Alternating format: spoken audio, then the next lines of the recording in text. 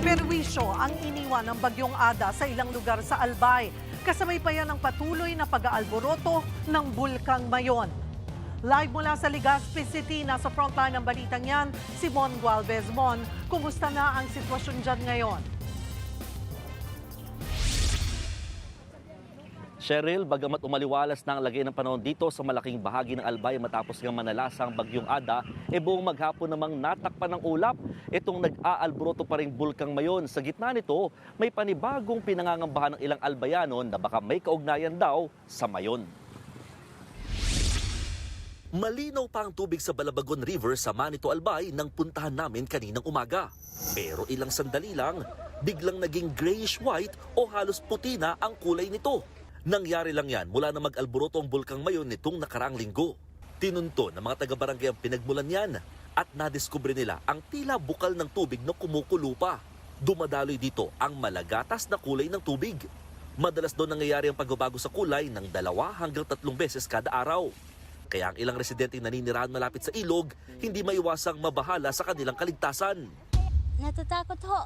Kasi baka makapekto sa amin. Kasi masama yung amoy. Masangsang yung amoy. Lalo pagkagabi. Hindi rin tuloy maiwasang mangamba ng lokal na pamahalaan.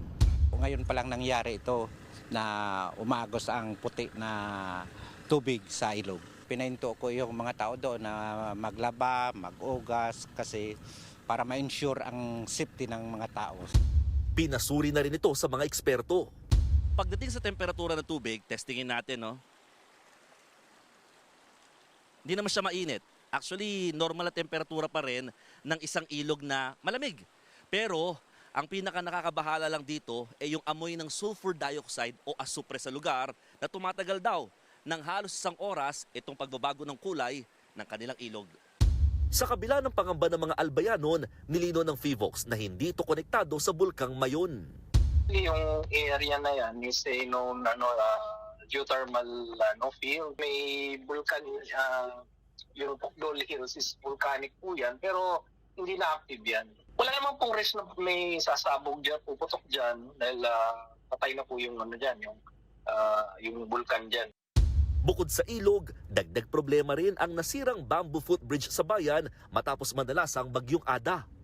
Ito pa naman ang tanging daan patungo sa isang barangay dito na may mahigit 300 pamilya. Ginawa ang bamboo footbridge matapos masira ang hanging bridge sa lugar nung pandemya. Kaya ang mga residente napipilitan na lamang sumakay sa bangka na 5 piso ang singil kada pasahero. Bantay sarado naman ng Philippine Coast Guard ang lugar at pinagsusot ng life vest ang mga tumatawid. Cheryl, mabalik lamang ng update ito sa nag-aalboroto pa rin Bulkang Mayon. Sandaling nagpakita yung lumalabas na lava sa pinakabunganga ng bulkan ngayong gabi, pero mabilis din itong natakpan na naman ng ulap.